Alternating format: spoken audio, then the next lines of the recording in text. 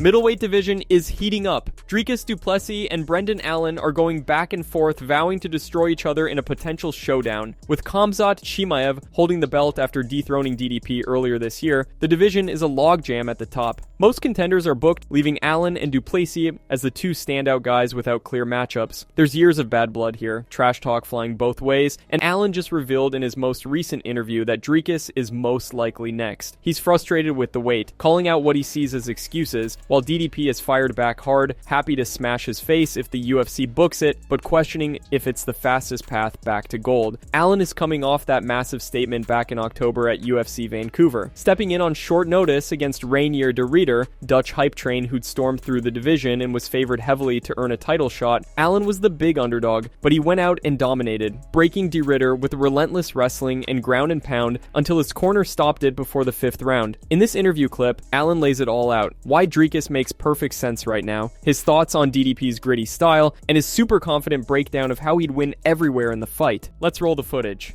Man, it's Dricus for sure. I mean, we're the only two left that I think don't have a matchup, so it just makes sense. I don't know. You never know with that dude.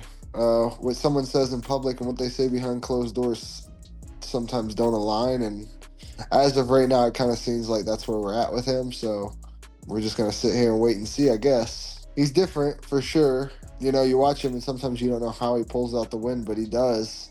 He's gritty. I like that he comes to fight. But, man, we just got to get him to the fight. If we can get him to the fight, then I think it'll be a banger for everyone to watch. How does it play out? How do you take care of business? I'm going to beat him up, man. Like, he's good at making it a fight. I'm good at giving a fight. And I think I beat him everywhere. I think I beat him striking. I think I beat him on the ground. Clearly, I think I beat him on the ground. But I think I'm going to beat him striking as well, and I think I get him out of there before the end of 5 if it's a main event for sure.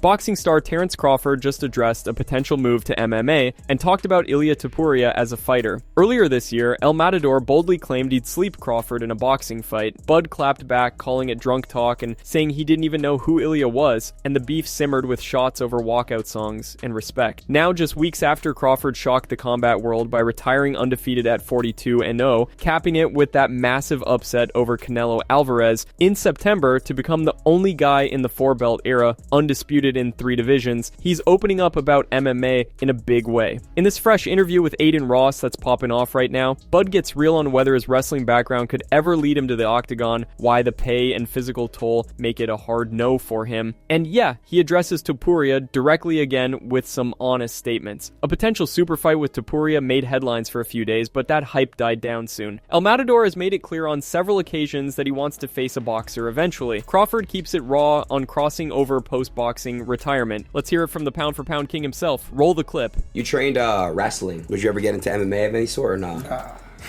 Nah. They don't pay enough. Damn. Man, you get messed up in wrestling. Yeah. Just in general. You know, to do wrestling, kicking, boxing, and elbowing, like, man, you can have it. Do you watch the UFC? Yeah. Who are your favorite fighters for the UFC? John Jones and Khabib, hands down. What about, you like Topuria? Listen, this crazy. I never seen this dude fight. For real? Never, not once. I'm gonna have to watch him on YouTube. I swear to God, he's crazy. You know, he knocked down Max Holloway. That guy. Max been doing this for a long time though. True. You know, but Max is my favorite fighter of all time in the UFC. Yeah. I love Max Holloway. He's great. That dude big. I don't see how he was making that weight.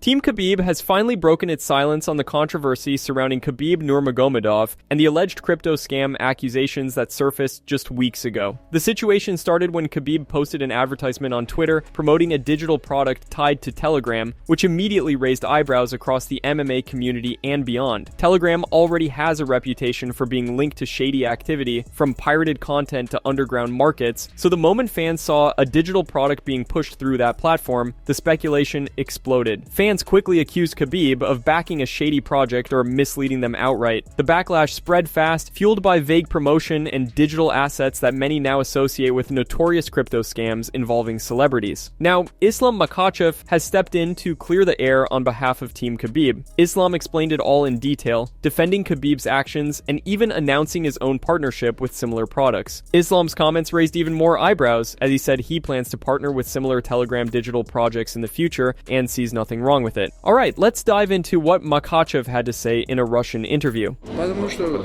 So, back when Khabib launched his partnership with Telegram, people like Conor McGregor jumped on Twitter and started calling it a scam. But it's not a scam at all. It's just like buying a digital gift. A person can buy it and simply gift it to someone else, and that's it. There was never any promise that you were buying it to make money in the future or to sell it for a profit later. It's not like cryptocurrency where people are looking for a return on investment. It's a completely different thing. Personally, I really enjoy using the platform. You can upload long videos for the fans and keep a history of everything you do. There are negotiations happening for me to have an exclusive partnership as well, likely involving similar digital gifts. Just a way for fans to own a piece of the history. We have our own Telegram channel where we post daily training videos and updates to engage with the fans. Nothing wrong with that.